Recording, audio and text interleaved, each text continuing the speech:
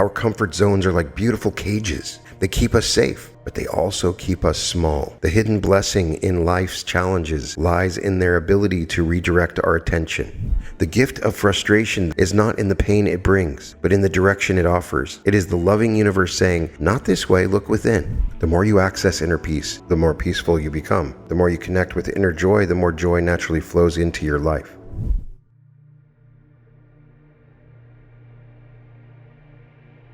Welcome to the Reality Revolution. Today's episode is the ecstasy within. I know that for many of you, you are struggling. The reason I know this is that I'm getting messages and contacts from so many people. Many of you are looking within yourselves right now, and you've gotten frustrated enough with what is available to you in the external world. Sometimes you need to get mad, or you need to feel defeated in order to get to where you ultimately want to go. If the world were exactly as you wanted it to be, you would have very little reason to ever go within yourself and discover how much is available to you. And what I'm here to tell you is it's all there, and it's all free. There is no travel required, no passports, no going through the long security line at the airport. You have the ability to tap into a beautiful inner world of yours anytime you like. But most people never would without the catalyst that the disappointments in their lives often are. Sometimes you look out in the world and there's chaos and there's struggle and it feels hopeless. I continue reading through social media posts and I can feel the anxiety, the concern, the worry. The world is changing. It appears there is chaos. So I wanted to dedicate an episode to the ecstasy within. And if you can discover this secret, it doesn't matter what is going on in the outside world, you have everything you need. There's a profound irony in the way our greatest moments of despair often become the fertile soil from which our spiritual awakening blooms.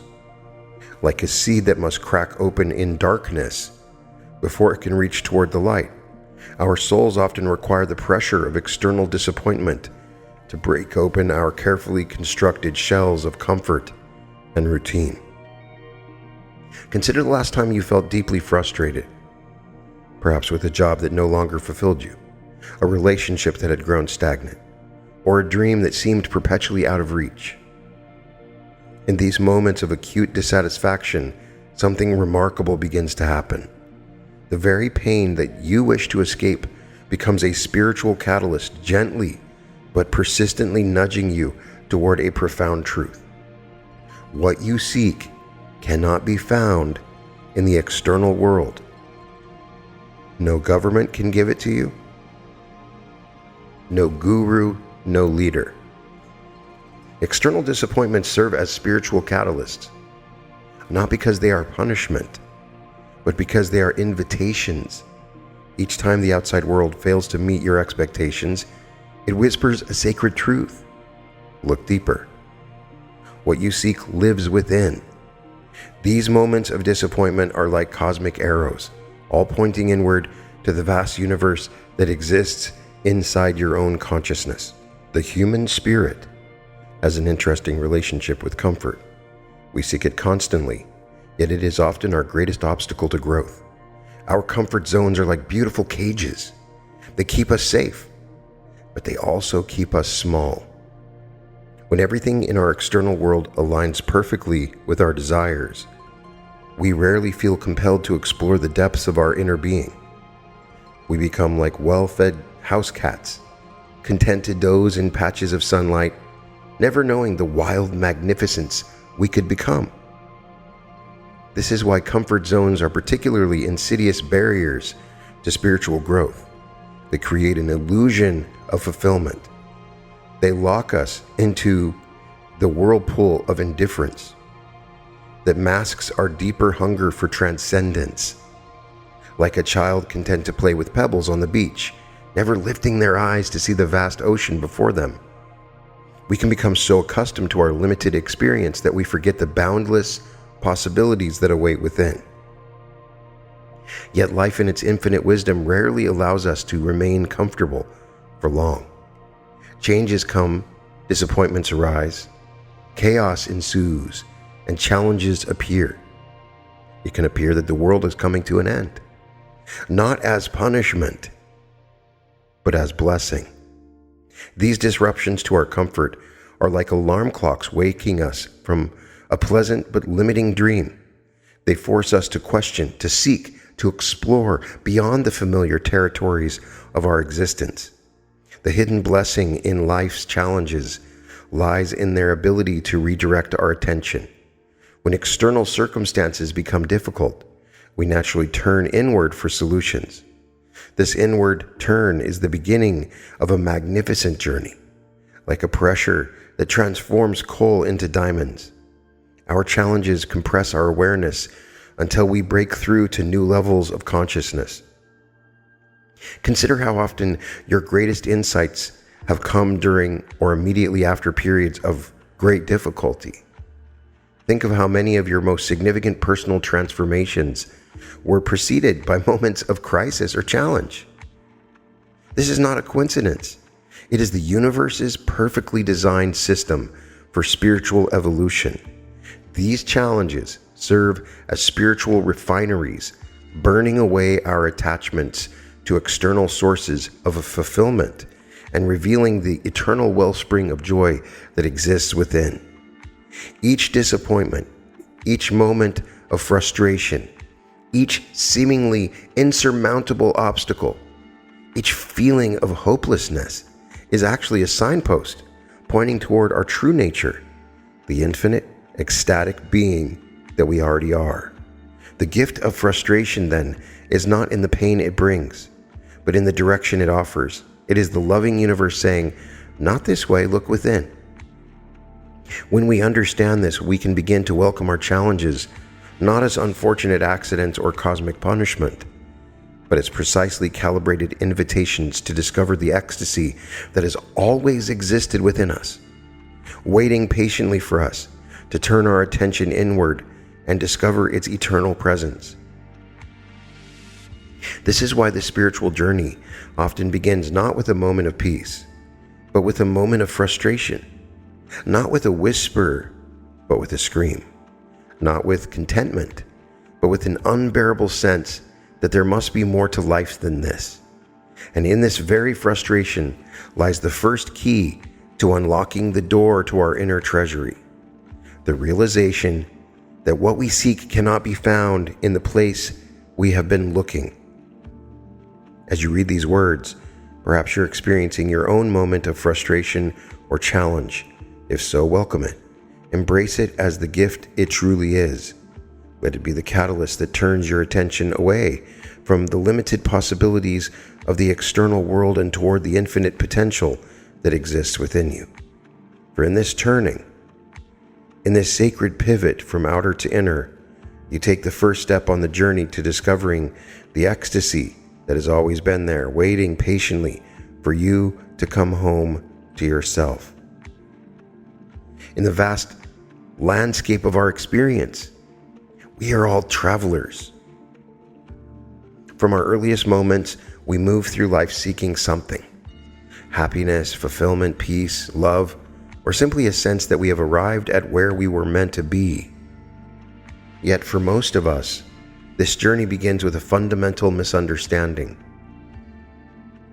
We believe that what we seek lies somewhere out there in the external world. This external journey is one we know well. It's the path of acquisition and achievement, the next promotion, the perfect relationship, the dream house, the ideal body, the bucket list vacation. We chase these external markers of success and fulfillment with remarkable dedication, convinced that once we reach them, we will finally feel complete. Like mirages in a desert, these external goals shimmer with promise, always seeming to hold the key to our happiness just beyond the next horizon. But there is a peculiar pattern that emerges in this external seeking. Each achievement, each acquisition, each reached destination provides only temporary satisfaction. The promotion brings excitement that fades into routine. The dream house becomes familiar until we dream of a different one. The perfect relationship reveals its imperfections. The vacation ends, leaving us planning the next escape. This is the first limitation of external fulfillment, its impermanence.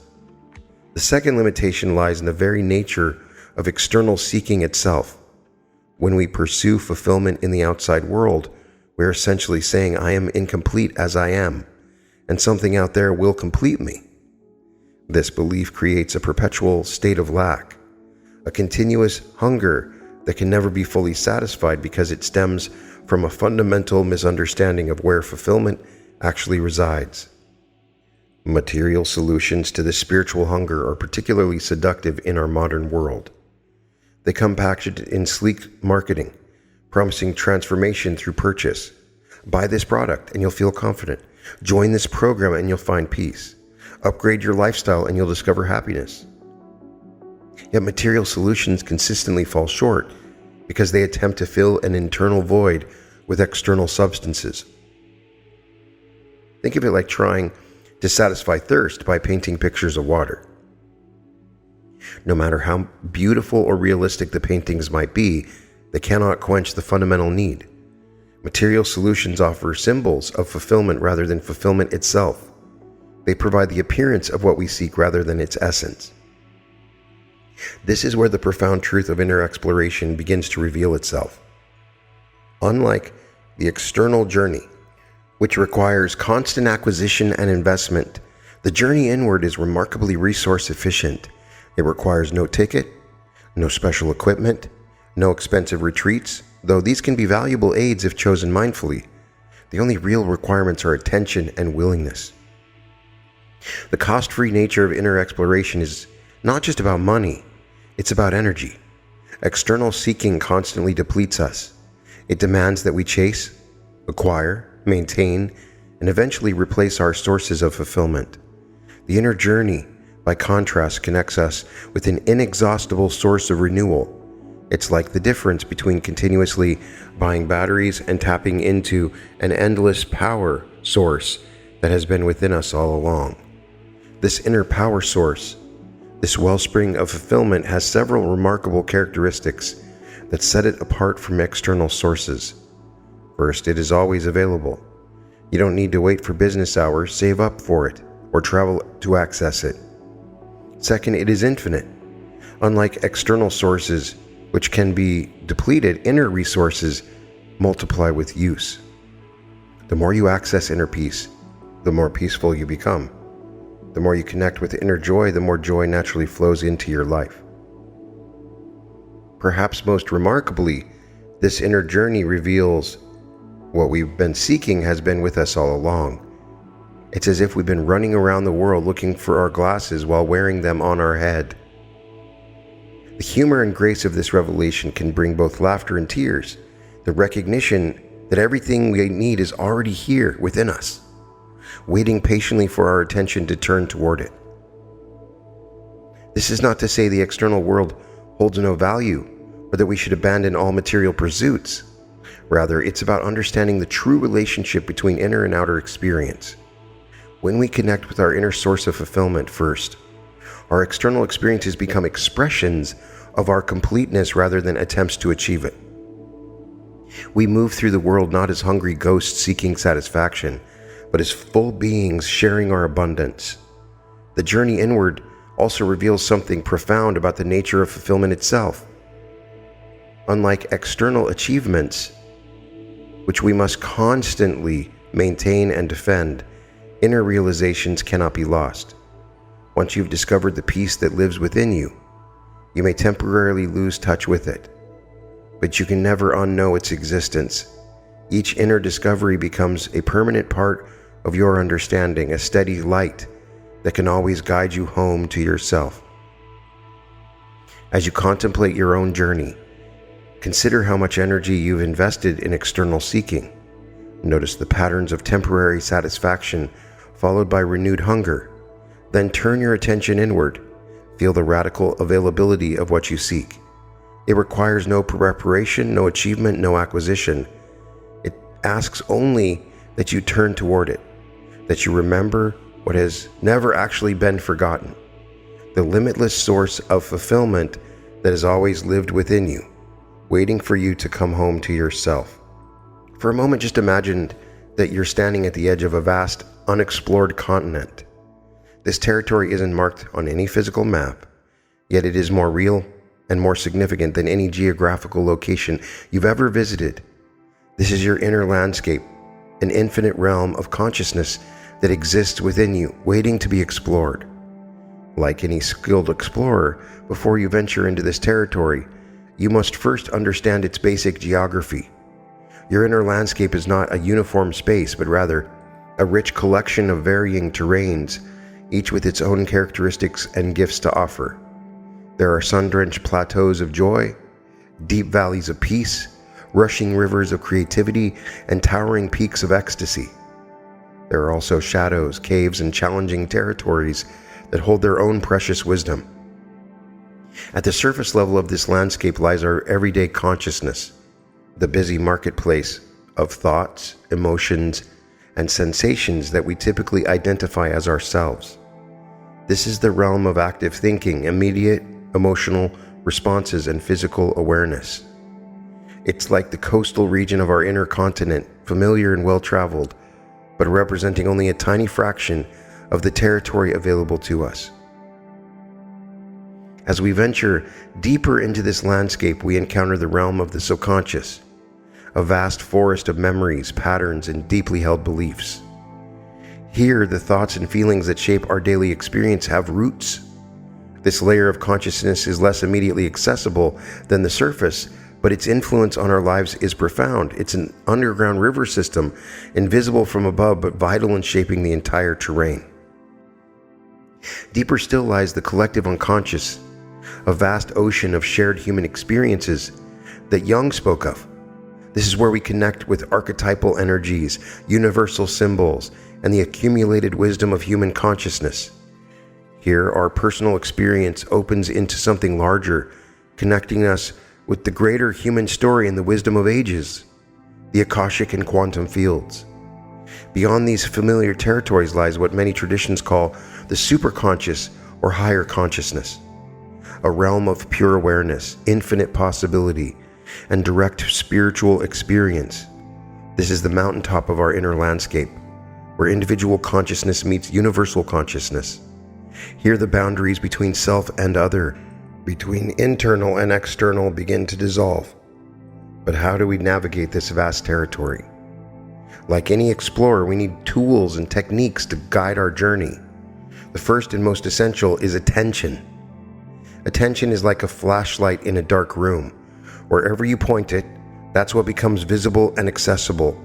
Learning to direct and sustain attention is the foundation of all inner exploration. Breath serves as our compass in this landscape. The quality of our breath directly reflects and affects our states of consciousness. Shallow, rapid breathing typically indicates we're in the surface territories of anxiety or stress. Deep, slow breathing helps us access deeper regions of peace and clarity. By consciously working with our breath, we can navigate between different states of consciousness. Sensation becomes our map. By learning to track and interpret physical sensations in the body, we develop an increasingly refined understanding of our inner state. Tension, warmth, lightness, heaviness, these bodily experiences are like landmarks in our inner territory, helping us understand where we are and where we might want to go. Curiosity is our most reliable guide. When we approach our inner experience with genuine interest, rather than judgment or agenda, new territories naturally reveal themselves. This curious awareness allows us to explore even challenging territories, our fears, shadows, and unconscious patterns, with a sense of adventure rather than dread. As you begin to explore this territory, you'll discover the different states of consciousness that have different qualities, much like different ecosystems in the natural world. The state of joy has a particular lightness and expansion. Peace has a depth and stillness. Creativity has a flowing, dynamic quality. Learning to recognize these qualities helps you navigate more intentionally through your inner landscape. It's important to understand that this map is not the territory itself. Your inner landscape is uniquely yours, and while these descriptions can serve as helpful guidelines, your personal experience may vary. Some territories that others find easily accessible might be challenging for you to reach, and you may discover regions of consciousness that feel natural to you but are rarely mentioned in traditional maps. The beauty of inner exploration is that the territory actually expands as you explore it. Unlike physical geography, consciousness is not fixed. The more you explore your inner landscape, the more it reveals. New pathways open up, new depths become accessible, and new heights reveal themselves. It's as if the very act of exploration requires new territory to explore. As you venture into this landscape, remember that you're not starting from scratch. You've been living in this territory your entire life, though you may not have been consciously exploring it. Every moment of peace you've experienced, every flash of insight, every feeling of connection, these were all moments of touching different regions of your inner landscape. There's a beautiful paradox in spiritual awakening that few speak about openly. The path to inner ecstasy often leads straight through the mud and muck of our most challenging emotions and experiences. Like a lotus flower that blooms in muddy waters, our highest consciousness often emerges from our deepest struggles. When we first encounter resistance on our spiritual path, it often feels like something has gone wrong. We sit to meditate and find our minds racing with unstoppable thoughts. We attempt to practice presence and find ourselves overwhelmed with anxiety. We try to open our hearts and bump into walls of anger and fear. This resistance is not a sign of failure. It's a natural and necessary part of the awakening process. Resistance appears in many forms: procrastination, doubt, physical restlessness, emotional turbulence, or simple unwillingness to sit with our experience. Rather than fighting these forms of resistance, we can learn to work with them as allies in our journey. Think of resistance as a messenger bringing important information about where we need to grow, what we need to heal, or what requires our intention. Consider how a butterfly might struggle against the cocoon to build the strength needed for flight. If you're able to help by cutting open the cocoon, you would actually prevent the butterfly from developing the strength it needs to survive. Similarly, our resistance, when worked with skillfully, builds our spiritual muscles and deepens our capacity for presence. Anger is perhaps one of the most misunderstood emotions on the spiritual path. Many seekers believe they must transcend or eliminate anger to progress spiritually, yet anger, when approached with awareness, can become one of our most powerful catalysts for transformation. Like a fire that can either destroy or provide warmth and energy, anger's power lies in how we choose to work with it. The key to transforming anger into motivation lies in understanding its essential nature. At its core, anger is often a signal that something needs to change. It arises when we encounter inequality, when boundaries are crossed, or when we or others are treated unjustly. Rather than just suppressing this energy or letting it consume us, we can learn to harness it as fuel for positive change. Consider the anger that arises when you witness environmental destruction. Rather than becoming overwhelmed by rage or falling into helpless despair, this anger can motivate you to take action, educate others, or to make changes in your own life.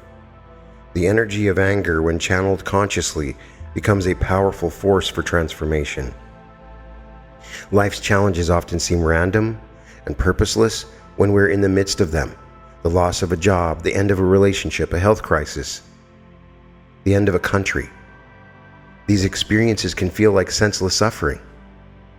Yet time and again we discover that our greatest challenges often lead to our most profound growth. It's as if life knows exactly what experiences we need to evolve, even when those experiences feel like obstacles to our evolution.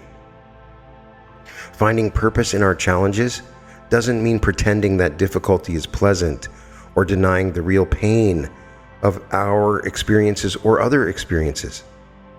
Instead, it means developing the capacity to hold both the pain and the potential for growth simultaneously. It means asking ourselves, what is this challenge trying to teach me? How might this difficulty be serving my evolution? Sometimes the purpose of a challenge only becomes clear in retrospect. Like climbing a mountain. When you're in the midst of the struggle, all you can see is the difficult terrain immediately in front of you. It's only when you reach a new height that you can look back and appreciate how each difficult step was necessary to reach your current vantage point. The mud and muck of our journey often contain hidden treasures. Our jealousy might reveal what we truly value. Our fear might point us toward what we most need to develop. Our grief might open us to deeper levels of love than we've ever known. Each difficult emotion, each challenging experience carries within it the seeds of our awakening. Working with the mud and muck requires a particular kind of courage. Not the courage to fight or overcome, but the courage to remain present and curious in the face of difficulty. It's the courage to say, this too is part of my path. This too is teaching me something valuable. This too is contributing to my growth.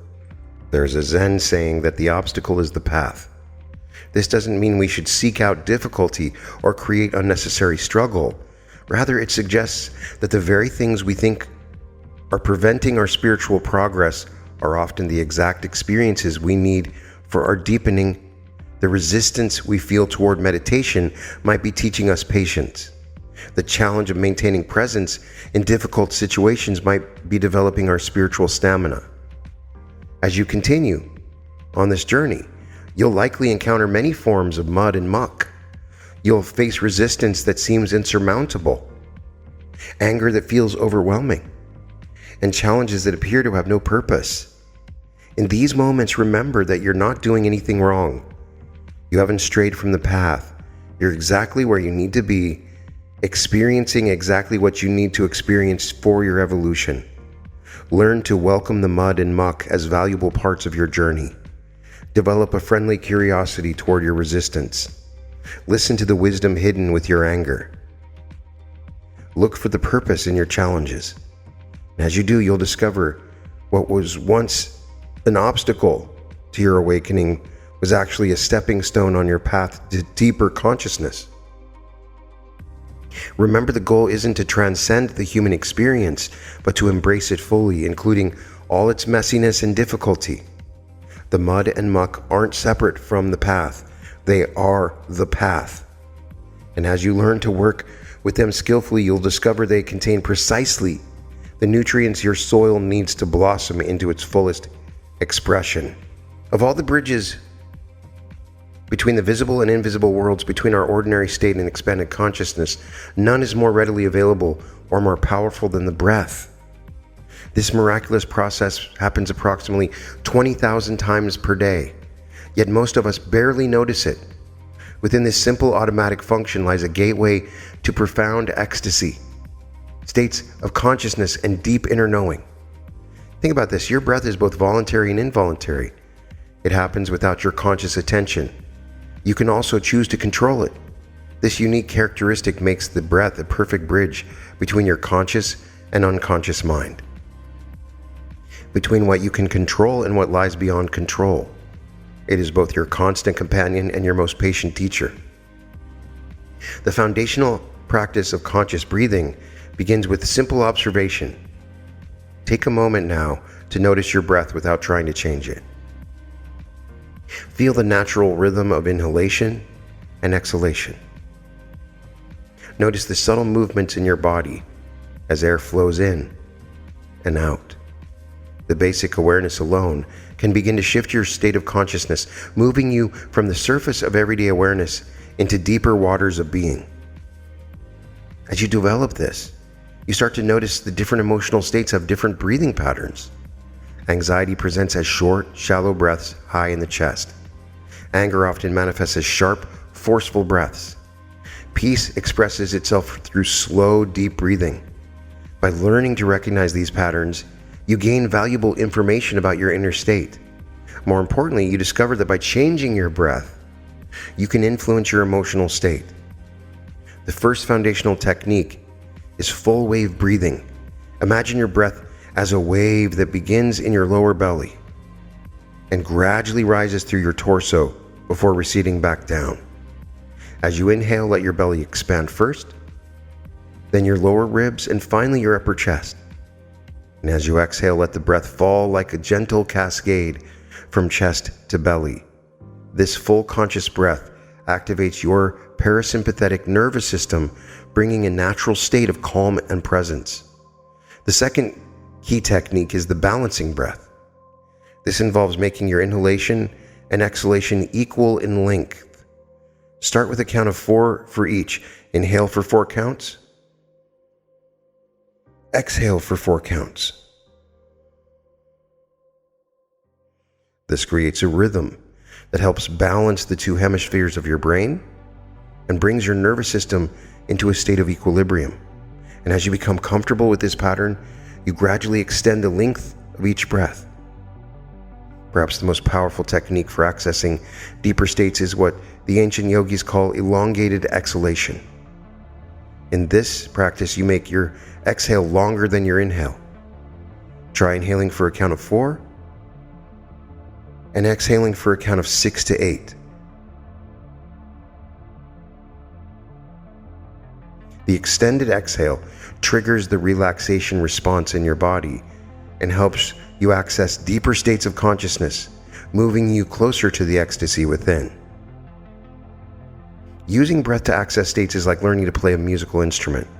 At first, you must consciously think about each movement, each pattern, and with practice, it becomes more natural, more intuitive. You begin to sense exactly what kind of breathing you need in any given moment. As you continue to explore conscious breathing, you will notice subtle energy movements in your body, tingling sensations, waves of warmth, or currents of energy moving through you. Welcome these experiences without trying to hold on to them. The breath is not just air moving in and out of your lungs. It is life force, what yogis call prana, moving through your entire being. Each breath is an exchange with the universe, a dance of giving and receiving. As you deepen your relationship with your breath, you begin to sense the larger dimension of breathing. You realize that in some mysterious way, the breath is breathing you. This realization that you are being breathed can open up profound insights. Remember, the goal is not to achieve some perfect way of breathing, is to use the breath to find the ecstasy within. And this is just the beginning. When you use your breath and your awareness, you map the territory of your consciousness. You begin to move to higher dimensional realms of consciousness. This can come in moments of profound presence. Perhaps you've experienced a sunset where time seemed to stop, or you felt one with everything around you. Or maybe you had moments in meditation where the boundaries between self and other became fuzzy and indistinct. In these expanded states, time becomes more fluid. Rather than experiencing time as a rigid line from past to future, you might experience it more as a field of possibility. Understand that in the depths of your being lies a wellspring of ecstasy. Not the fleeting kind that comes from external stimulation, but a profound state of aliveness that arises from within. This ecstasy isn't a single note, but rather a symphony composed of different elements, each contributing its unique quality to the whole. Understanding these elements and how they interweave creates a map for accessing your own inner treasures. Inner love is perhaps the most fundamental element of this ecstasy. Unlike romantic love or familial love, inner love isn't dependent on any external object or person. It's the natural radiance of your own being, the warm glow of self-acceptance that exists prior to all judgment and conditions. This love isn't something you need to create or earn. It's already there, like the sun behind the clouds, waiting to be discovered. To access this inner love, begin by releasing the habit of self-judgment. Notice how often your mind creates conditions of self-love. I'll love myself when I achieve this goal, or I'll accept myself when I fix these flaws. These conditions keep you searching outside yourself for what already exists within. Try this simple practice. Place your hand on your heart and breathe deeply. allowing yourself to feel the warmth and care that exists in your own presence. Innate joy differs from happiness that depends on external circumstances. This joy isn't about getting what you want or avoiding what you don't want. It's the natural bubbling up of life force within you. Think of how young children laugh and play for no reason other than the sheer delight of being alive. This same quality exists within you, though it may be covered by layers of adult seriousness and responsibility. To access this innate joy, start by giving yourself permission to experience it. Many of us carry an unconscious belief that we don't deserve to feel joy unless something in our life is perfect. Release this belief and notice the small moments of delight that naturally arise throughout your day. The first sip of morning coffee, a ray of sunlight throughout the window, the sound of birds singing. These aren't causes of joy, they're reminders of the joy that always exists within you. Lasting peace isn't the absence of conflict or challenge. It's the discovery of an unshakable center within yourself that remains steady regardless of external circumstances. This peace exists in the space between thoughts, in the silence beneath all noise, in the stillness at the core of all movement. It's not something you achieve, it's something you uncover by clearing away what obscures it. Finding this peace begins with accepting that external circumstances will never be perfectly peaceful. Instead of waiting for the world to become quiet, learn to access the quiet that exists within you even in the midst of chaos. This might mean taking a conscious breath in the middle of a busy day, finding moments of stillness between activities, or simply noticing the peaceful awareness that it witnesses all your experiences. Inner excitement differs from the adrenaline rush of external stimulation. It's more like a subtle current of aliveness that runs through your being, an enthusiasm for life itself rather than for particular events or achievements. This excitement comes from being fully present to the mystery and wonder of existence, from recognizing that each moment is new and full of potential. The real art of spiritual awakening isn't in accessing these inner states. It's in learning to live from them while fully engaging with the world. This integration is what transforms spiritual practice from a temporary escape into a sustainable way of living. Integrating these inner discoveries into your daily life requires a sort of alchemy. Rather than trying to maintain a constant state of bliss or peace, learn to let your inner revelations infuse your ordinary activities with quality and depth. Let inner love inform you of how to treat yourself during a busy workday. Let innate joy color your interactions with others. Let peace be the foundation from which you handle challenges. Try this throughout your day. Just pause briefly between activities. In these gaps, touch base with your inner state. Notice the love, the joy, the peace, or excitement that exists within you right now in this moment. Just do this in this moment right now. Take a break and notice the love, the joy, and peace within you. Then let this awareness infuse your next activity. It's like dripping a paintbrush in color before making each stroke. You're constantly refreshing your connection to your inner resources. The ultimate art of living from the inside out is recognizing there is no real separation between the inner and the outer, spiritual and mundane, sacred and ordinary. When you're deeply connected to your inner experience, every moment becomes an opportunity for ecstasy. Every activity becomes an expression of love. Every challenge becomes an invitation to peace, and every interaction becomes an opportunity to share the joy that lives within you. Your life becomes not a struggle to maintain spiritual states, but a natural flowing between different dimensions of ecstasy, all informed by the deep knowing of who you truly are. This is the real promise of inner ecstasy, not an escape from life, but a fuller, richer, more authentic way of living it. Think of your practice like keeping fire alive. Sometimes your ecstasy will blaze brightly, requiring lots of attention and fuel. Other times it will smolder quietly needing only occasional tending. Both states serve a purpose. The key is to never let the fire go out completely, to maintain at least a spark of conscious connection to your inner life. As your inner practice deepens, you naturally begin to embody a new way of being in the world. This isn't about adopting new beliefs or behaviors.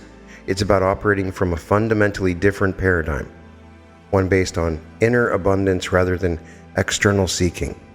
Living from inner abundance means recognizing that what you seek is already present within you.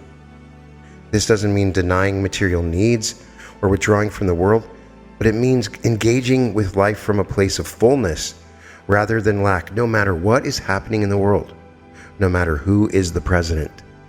When you know that peace, love, and joy are available within you, you stop demanding them from situations and relationships. This shift in perspective changes everything. Work becomes an expression of your gifts rather than a search for validation.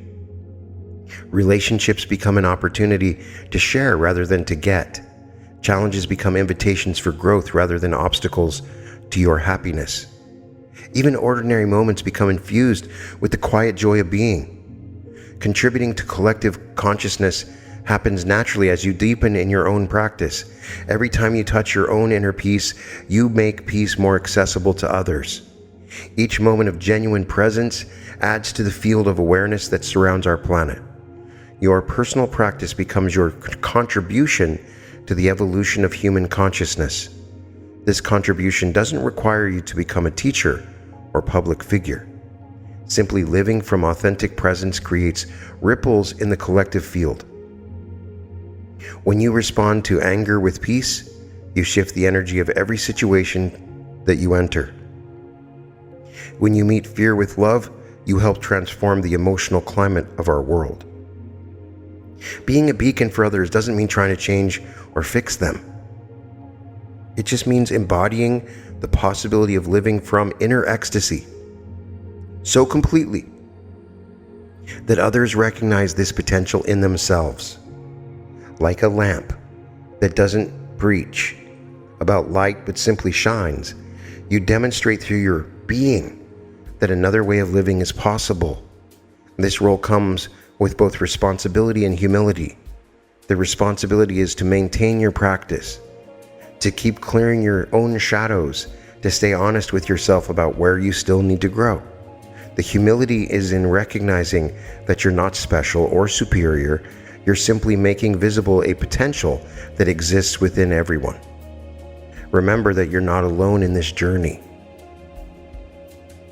All around the world, others are awakening to their inner ecstasy, discovering the same truths, contributing to the same evolution of consciousness. Together, we're midwifing a new earth into existence, one where inner abundance becomes the foundation for outer living, where personal awakening serves collective evolution, where the ecstasy we seek is recognized as our natural state. Understand that the words that I've used in this episode are like seeds planted in the soil of your consciousness. This is a secret activation of the ecstasy within. Some of these words will sprout quickly. Others will lie dormant until the right conditions arise. Trust the natural unfolding of your practice. Trust the wisdom that guided you to this path. Trust the ecstasy that lives within you, waiting to be discovered anew each day. Your journey continues with every breath, every moment of presence, every choice to turn inward and remember who you truly are. Let your life become a living testament to the possibility of inner ecstasy. Let your presence be a quiet invitation to others to discover their own inner treasure. And let your practice continue to evolve, deepen, and flourish in ways you cannot yet imagine. The ecstasy within you is infinite. The journey to discover it is eternal, and the time to begin is always now. You can find all episodes of The Reality Revolution at therealityrevolution.com. and welcome to the Reality Revolution.